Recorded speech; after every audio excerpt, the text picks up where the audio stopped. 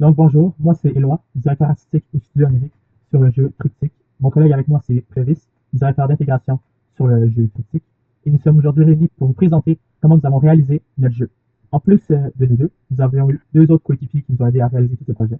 Vincent a été le chargé de projet durant toute la réalisation de Triptyque, ainsi que Dylan a été le directeur technique qui nous a permis de créer toutes les fonctionnalités du jeu. Commençons par les cinématiques. Les cinématiques sont là pour communiquer de l'information sur les boss. Les boss, c'est quoi? C'est les trois derniers événements de chaque niveau pour indiquer au joueur qu'il a terminé une phase du jeu. Les cinématiques servent à faire un lien entre le boss et l'histoire, à ajouter du contexte au joueur pour qu'il puisse savoir pourquoi il affronte ce boss. Les cinématiques ont été faites dans Premiere Pro et Maya avec des sons de Pixabay et la voix de l'acteur Jules Leduc, ainsi que les animations qui ont été trouvées sur Mixamo et d'autres réalisées par nous. L'ensemble de notre jeu se passe dans une galerie d'art qui a un style assez brutaliste, donc beaucoup de béton partout, des environnements très vides et minimaux.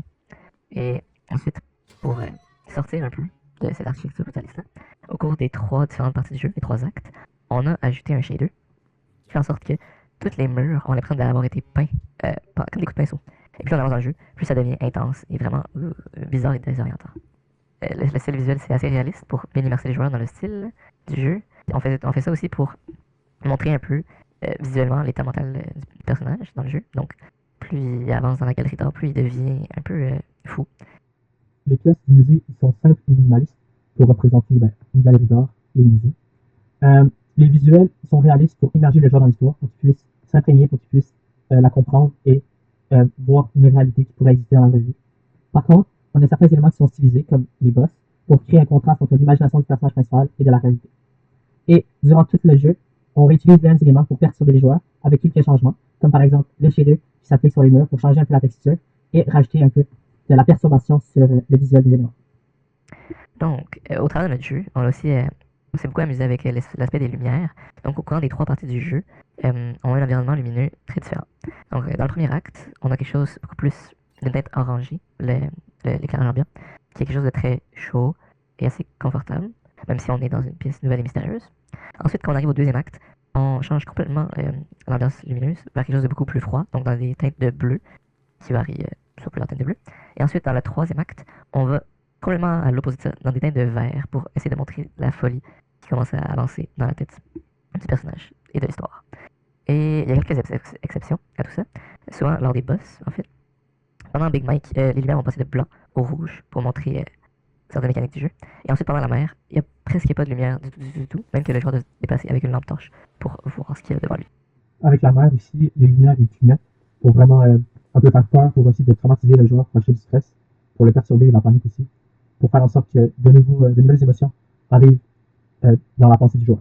Et pour le troisième acte, on peut retrouver du feu qui émet de la lumière orange et qui contraste avec la couleur verte qui est présente dans tout le niveau. Vert est souvent associé à la folie, donc c'est pour ça qu'on le met dans le troisième niveau, qui est le niveau où le personnage principal, au niveau de l'histoire, a atteint sa dégénérescence mentale finale, et où on peut voir qu'il est rendu un peu fou et que toutes les affaires dans la galerie sont un peu rendues très bizarres. Donc maintenant, on va vous présenter le fonctionnement des trois boss.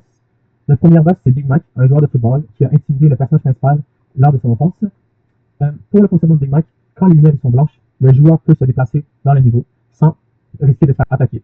Par contre, lorsque les lumières deviennent rouges, si le joueur bouge, Big Mac va se mettre à courir après le joueur et essayer de l'attraper. Par contre, si le joueur ne bouge pas lorsque les lumières sont rouges, Big Mike va marcher lentement vers le joueur pour tenter de l'attraper. Et donc, c'est un peu un des trois soleils, et le but c'est de passer à côté de Big Mike sans se faire attraper pour atteindre la dernière porte et s'enfuir de Big Mike. Pour la mer, la mécanique de la mer, c'est si on la regarde, elle ne se déplace pas, et si on la regarde pas, elle se déplace vers nous. Et donc, on veut encore une fois ne pas se faire attraper par la mer, qui est un personnage qui veut contrôler le personnage principal et l'empêcher de devenir artiste au nom de la bureaucratie. Et donc, quand nous regardons la mer à travers le niveau, nous pouvons nous déplacer d'une autre façon, toujours en la regardant, et là, on ne craint pas de se faire attraper. Par contre, si nous ne la regardons pas, elle va se mettre à nous rattraper et essayer de nous attraper pour mettre fin à nos jours. Et donc, tout cela fait en sorte que nous devons essayer de sortir du musée, tout en jouant avec les regards de la mer et non. Et ensuite, pour la troisième partie du niveau, le joueur va faire face à l'artiste, qui est une espèce de double de lui-même. Et en fait, ce combat, entre guillemets, se passe dans un petit labyrinthe, avec un éclairage vraiment bizarre et mélangeant pour le joueur, pour le désorienter surtout. Et c'est pas compliqué, au final, l'artiste, il nous pourchasse simplement dans le labyrinthe. Sauf que à certains moments, s'il est trop loin, il va se téléporter à d'autres endroits, pas dans notre champ de vision, pour encore plus nous mélanger. Et pour s'évader de l'artiste, il faut qu'on aille ramasser 3 petits objets pour ouvrir une porte. C'est pas plus compliqué que ça. Voilà. Au cours de son parcours, le joueur va faire face à plusieurs puzzles, donc plusieurs énigmes pour passer au travers des galeries. Dès le premier acte, il va devoir, pour débarrer un cadenas, il va devoir trouver 3 chiffres avec une lampe de poche. En fait, c'est une lampe de poche UV. Fait que, quand il va trouver la lampe de poche dans la conciergerie, il va pouvoir l'allumer et observer pour trouver 3 chiffres cachés dans les tableaux et dans la décoration. Une fois qu'il a ouvert ce cadenas-là, il va avoir accès à un nouveau couloir. Cependant, c'est un couloir piégé. Donc, dès qu'il va essayer de tourner la poignée, les murs vont commencer à s'approcher vers le joueur. Et pour qu'il survive, il faut qu'il court pour s'échapper du couloir.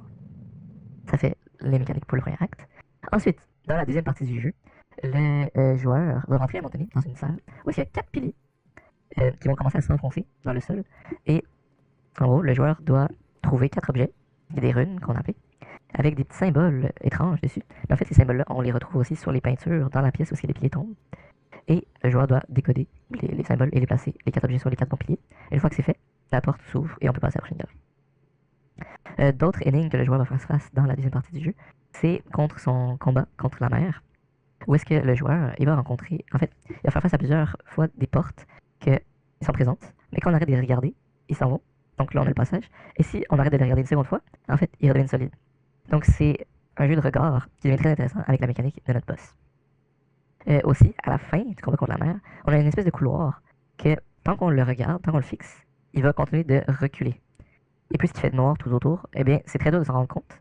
Et pour déjouer ce couloir-là, il faut simplement arrêter de le fixer. Donc il faut marcher à reculons jusqu'à ce qu'on dépasse le cadre. C'est pas mal le tour pour le deuxième acte. Ensuite, dans le troisième acte, il y a un niveau où est-ce qu'on a retiré complètement les couloirs et le joueur doit passer de portail en portail. En fait, il doit se téléporter à l'aide des tableaux présents dans la pièce. Et pour déterminer c'est lequel est le bon tableau, il va reconnaître probablement des nouvelles peintures qu'on n'a jamais utilisées, mais celle-ci, elle représente les statues qu'on a placées dans plusieurs pièces de notre jeu. Donc c'est un peu, pas commémoratif, mais c'est plus un indice visuel qu'on a laissé. Et au final, si le joueur essaie de se téléporter avec le mauvais cadre, ben, il revient d'une salle en l'air. C'est pas plus compliqué que ça. Sinon, pour finir, il y avait les 3 dessins à ramasser contre le dernier boss. Donc, placé à des endroits dans le labyrinthe, il y a 3 parties d'un dessin déchiré à ramasser. Un peu à la manière des runes, sauf que cette fois-ci, on n'a pas besoin de les placer sur des piliers, la porte s'ouvre directement. Et ça finit le jeu. Lorsque vous allez commencer le jeu, vous allez attaquer dans une pièce toute noire avec un corps de porte et une porte rouge. Cette porte rouge peut s'ouvrir avec les indices du tutoriel qui sont des lettres et des messages qui flottent dans les airs, vous indiquant quelles touches du clavier servent à faire quelle manipulation. Par exemple, la première fois que vous mettez les pieds dans cette salle, les lettres WASD vont apparaître et vont vous indiquer qu'ils servent à se déplacer. Par la suite, la touche Shift va vous indiquer qu'elle sert à accélérer, à courir. La touche E va vous indiquer qu'elle sert à interagir avec des objets, comme par exemple ouvrir la porte et commencer pour de vrai le jeu. Donc, pour le son, on a fait divers effets sonores à travers l'entièreté du jeu, qu'on a repêché par-ci par-là, mais toujours libre de droit. Et pour la voix de notre personnage, on a trouvé un acteur un peu semi-professionnel qui est aussi un étudiant, donc c'était quand même le fun de faire collaboration avec lui. Il s'appelle Jules, et il a donné sa voix exactement à notre personnage. Donc Jules fait toutes les voice lines à travers notre jeu, autant dans la bande-annonce que dans le jeu, ou dans les cinématiques, mettons. Et merci à lui. Sinon, aussi, on a utilisé l'ambiance sonore pour augmenter l'immersion dans le jeu. Donc, à plusieurs endroits, on a utilisé des petits sons d'ambiance pour réveiller un peu le joueur. Mais oui, pour le rendre très immersif dans le jeu. C'est le plus important. Comme nous le disons depuis le début de la vidéo, notre jeu est divisé en 3 actes représentant les 3 stages mentaux du personnage principal. Et donc, tous les environnements vont changer en fonction du stage où on est rendu dans l'évolution psychologique du personnage principal. Par exemple, l'acte 1 représente la stabilité mentale du personnage principal, où le joueur doit se sentir en sécurité et doit apprécier le jeu. On a représenté cela grâce aux lumières et aux scénaristiques très réalistes et au son. L'acte 2 représente le début de la dégénérescence mentale du personnage. Cela est représenté grâce au chef-d'œuvre de peinture qui est appliqué par-dessus les pièces et les couloirs, et qui est subtil. L'éclairage va aussi jouer un rôle, puisqu'il est froid et inconfortable durant tout l'acte. Et aussi le péridance sans fin, à la fin de l'acte, représente le début de la folie du personnage principal lorsqu'il rentre dans l'acte 3. L'acte 3, c'est le stage final de la dégénérescence mentale du personnage principal. Cela va être représenté grâce au chef-d'œuvre de peinture qui est poussé à son maximum avec un effet parallaxe, ainsi qu'à l'éclairage vert et aux pièces à l'envers et au manque de parties à un niveau, comme par exemple les corridors dans l'acte 3. Aussi, vu que le joueur peut se téléporter grâce à ce tableau dans l'acte 3, ça montre qu'on est rendu dans la folie complètement au niveau psychologique du joueur principal, puisque le jeu se déroule dans l'imagination du personnage principal. Au cours de notre épopée, on a quand même rencontré quelques défis pour la création de jeu. Tout en commençant par les branches qu'on utilisait sur GitHub. Lorsqu'on devait prendre nos plusieurs branches et les assembler ensemble, c'était bon, un gros bordel. C'était très compliqué de tout rassembler notre travail ensemble sans soit en perdre des morceaux ou devoir retravailler en double. Et tout ça causait quand même des grosses pertes de temps et des bons temps de chargement au fur et à mesure que notre projet avançait. Le fichier de notre jeu devenait de plus en plus volumineux, donc ça causait juste beaucoup de temps mort où on devait juste attendre au finalement que notre projet se push, fetch ou qui charge sur les différents ordinateurs qu'on a dû utiliser. On a rencontré un problème avec les points pivots qui ne sont pas à la bonne place, qui a causé des problèmes dans la programmation de certains scripts, comme par exemple les murs de porte qui apparaissent et qui disparaissent. Aussi, on a rencontré des problèmes lorsqu'on a dû animer les boss, puisque c'est les seuls personnages qui se déplacent. Et donc, faire le lien entre le logiciel d'animation qui est Mixamo, dont on trouvait les animations préfaites, Maya, qui est le logiciel de 3D, et Unity, était compliqué à réaliser à cause des différents formats de fichiers et des différentes façons de lire le fichier. Aussi, on a eu un problème avec le HDRP, principalement le système d'eau du HDRP dans Unity, qui était trop réaliste et qui ne nous permettait pas de faire en sorte qu'on avait de l'eau au plafond. Ça a été les problèmes majeurs durant la réalisation de Tutti. Même pour enregistrer cette vidéo, on a dû s'y prendre à 2 fois parce qu'on n'avait pas le matériel nécessaire pour le faire à l'école. Merci de nous avoir écoutés. J'espère que vous avez appris des choses sur comment réaliser un jeu vidéo et que maintenant, vous allez pouvoir plonger dans l'univers de Tutti en connaissant ses secrets et les mésaventures qui ont été faites durant sa réalisation.